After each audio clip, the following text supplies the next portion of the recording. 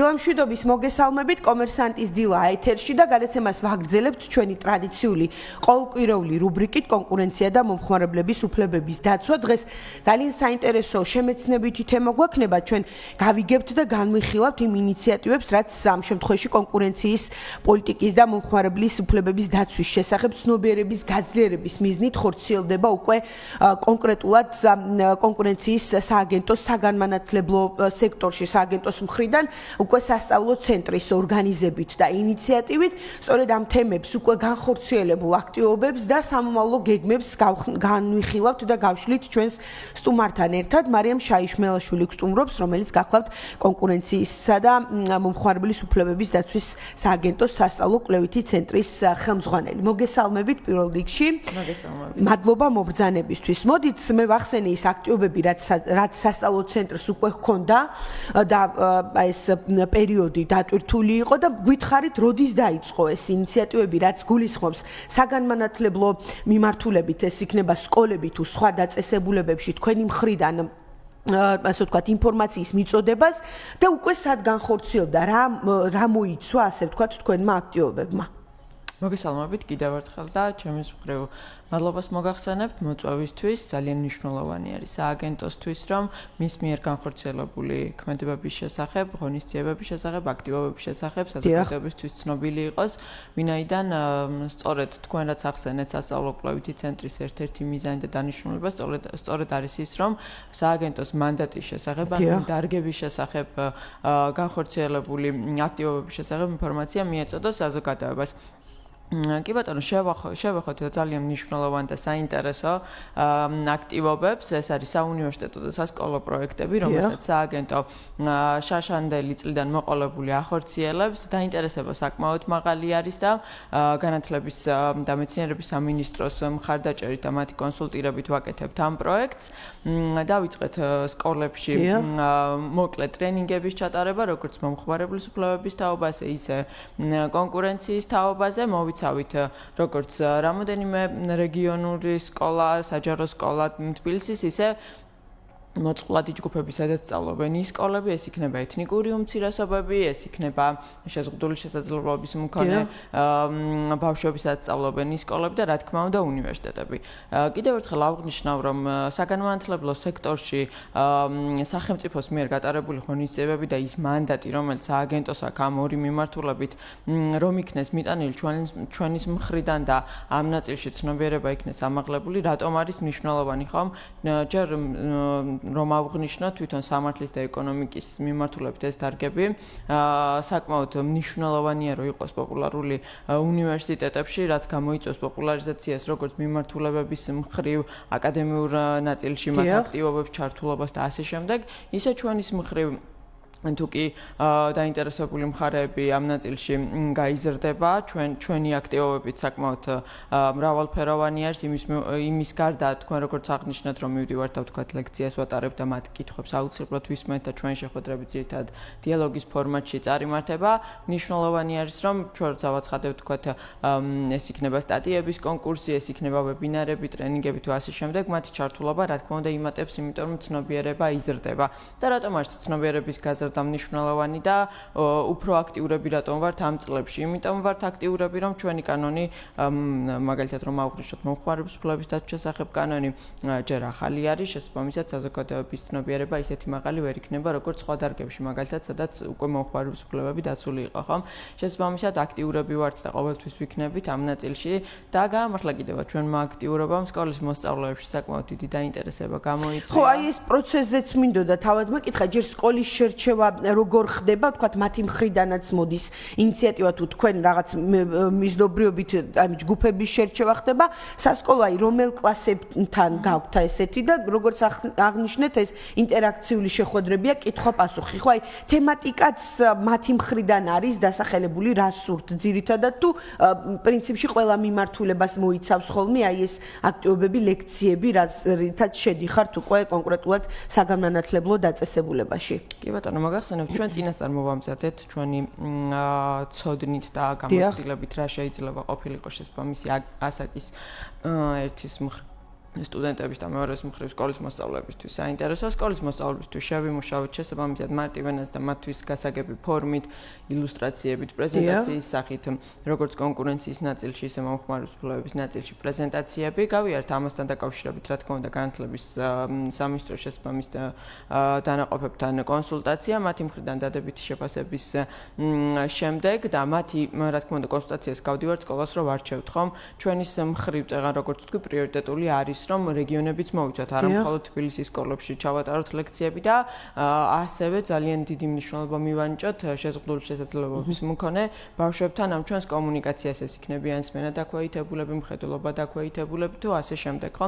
მათი მხრიდანაც საკმაოდ დიდია ჩართულობა, გვაქვს ასეთი სკოლები, როგორც რეგიონების ფარგლებში, ისე თბილისის ნაწილში და საკმაოდ მოხარულები ვართ, ძალიან მნიშვნელოვანია ის, რომ ჩვენ ერთი სასკოლო საათი, ერთი საგაკვეთილო საათი გვაქვს ხოლმე აღებული, რა თქმა უნდა, უფრო პრაქტიკული იყოს და შედეგიანი ეს ჩვენი ტრენინგი და რომ ვამთავრებთ, ბავშვები ჯერ კიდევ ჩვენთან რჩებიან ხოლმე და კითხვები აქვთ, იმიტომ რომ მათთვისაც საინტერესო არის ორივე მიმართულებით ეს თემა და უშუალო თემატიკასაც რომ შევეხოთ, ინტერესდებიან სწორედ აი ამ მიმართულებით, რაც მომხმარების უფლებების ნაწილში გვაქვს ადგილზე თუ დისტანციური ვაჭრობის საკითხებით რა უნდა იცოდნენ, რა უნდა კითხონ მოვაჭრეს, დისტანციური დროს თქვათ რა პრივილეგიები აქვს მომხმარებას, ამ პირიქით რა უნდა გაითვალისწინოს, რომ მათი უფლება არ იქნეს დარღვეული, პრაქტიკულ მაგალითებს ვთავაზობთ სავარჯიშოების სახით და საკმაოდ დაინტერესება დიდი არის ამ ნაწილში, რომ ასაკის მიხედვით თქვენ როგორც აღნიშნეთ,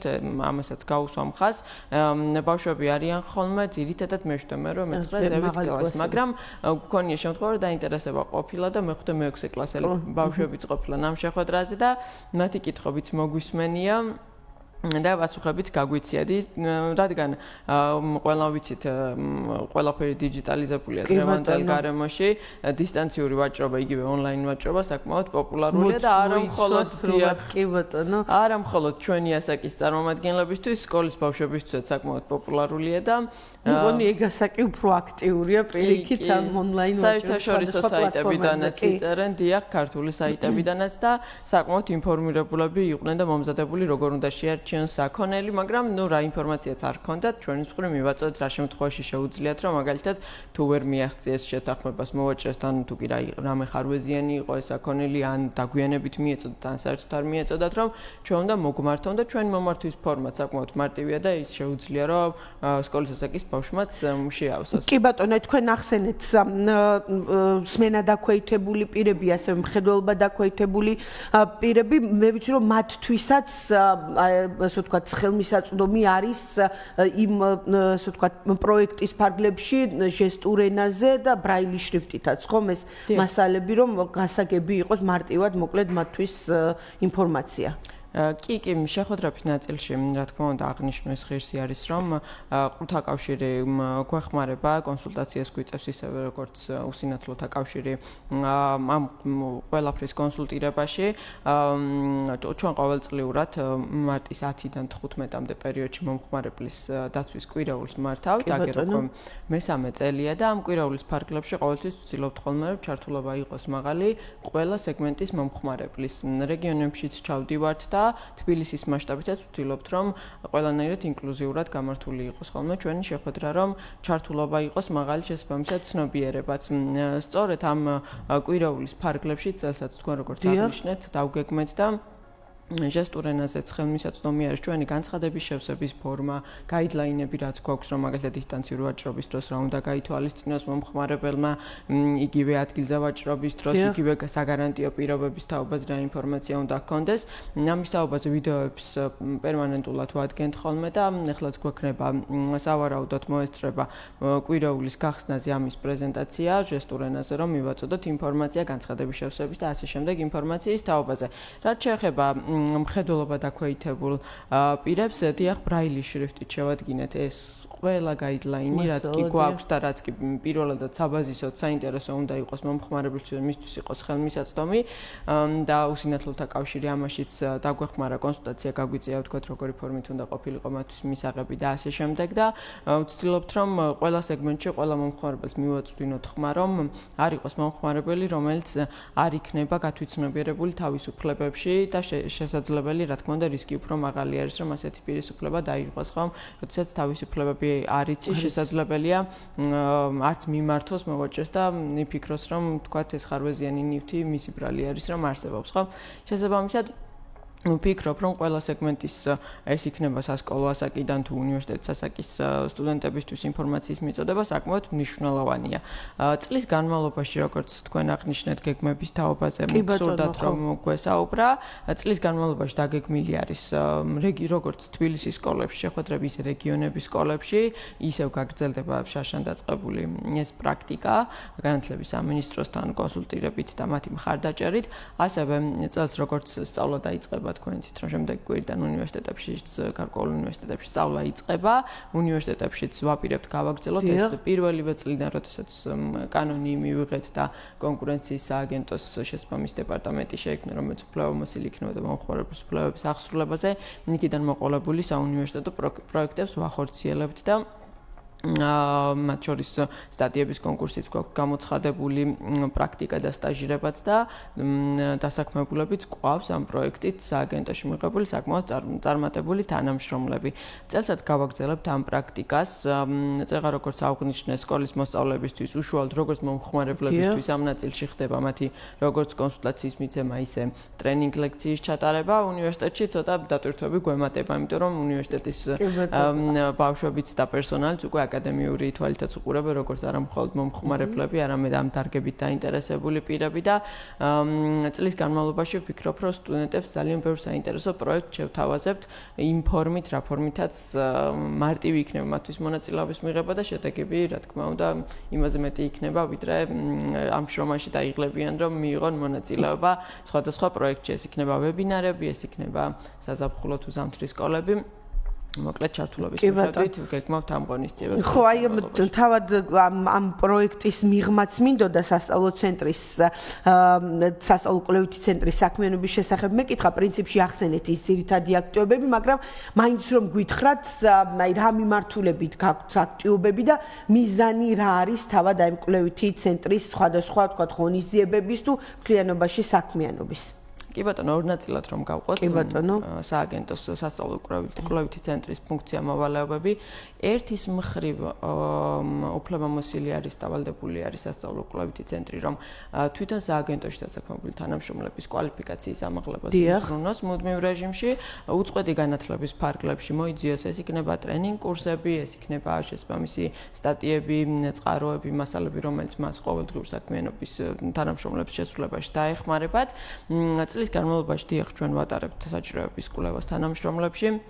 გამოკვეთილი საჭიროების მიხედვით ტრენინგ კურსებს გვეგმავთ. შესაბამისად თანამშრომლები იმ უნარჩვევებში თუ საკვალიფიკაციო საკითხებში გადამზადდებიან წლის განმავლობაში, რომელიც რა თქმა უნდა ხელშეუწყობთ უკეთესად შეასრულონ თავის უფლება მოვალეობები.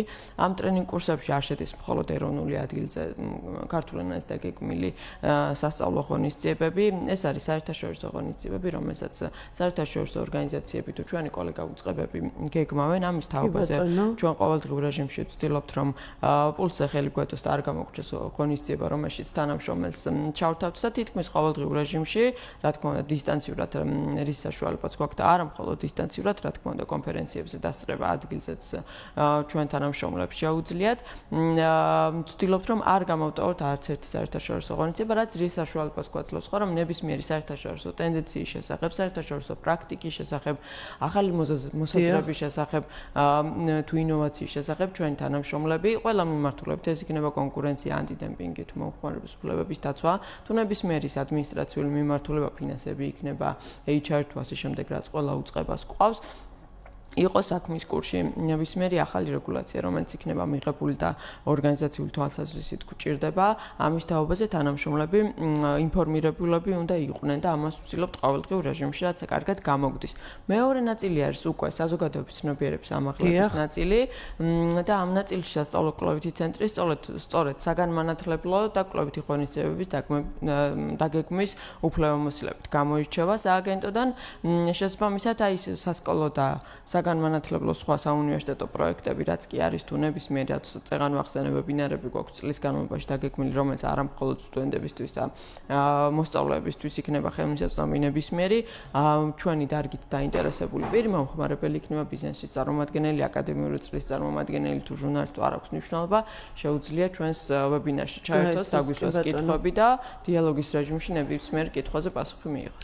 კი ბატონო, დიდი მადლობა, წარმატებებს გისურვებ, ძალიან საინტერესოა კონკრეტულად სწორედ აი საგანმანათლებლო მიმართულება და ნაწილი, რომ ყველამ ძალიან კარგად იცოდეს, ჯერ ერთი მომხმარებელთა უფლებების ნაწილში საკუთარი უფლებები და შემდეგ კონკურენციის კანონმდებლობაც, რაც ასევე ძალიან მნიშვნელოვანი ამბავია. წარმატებები, მადლობა მობრძანებისთვის, მარიამ შაიშმელაშვილის საქართველოს კონკურენციისა და მომხმარებლის დაცვის სააგენტოს სასწავლო-კვლევითი ცენტრის უფროსი გსტუმრობდა და ეს იყო რუბრიკა კონკურენცია და მომხმარებლის უფლებების დაცვა. ერთი კვირით გემშვიდობებით რუბრიკის ფარგლებში ნახვამდის.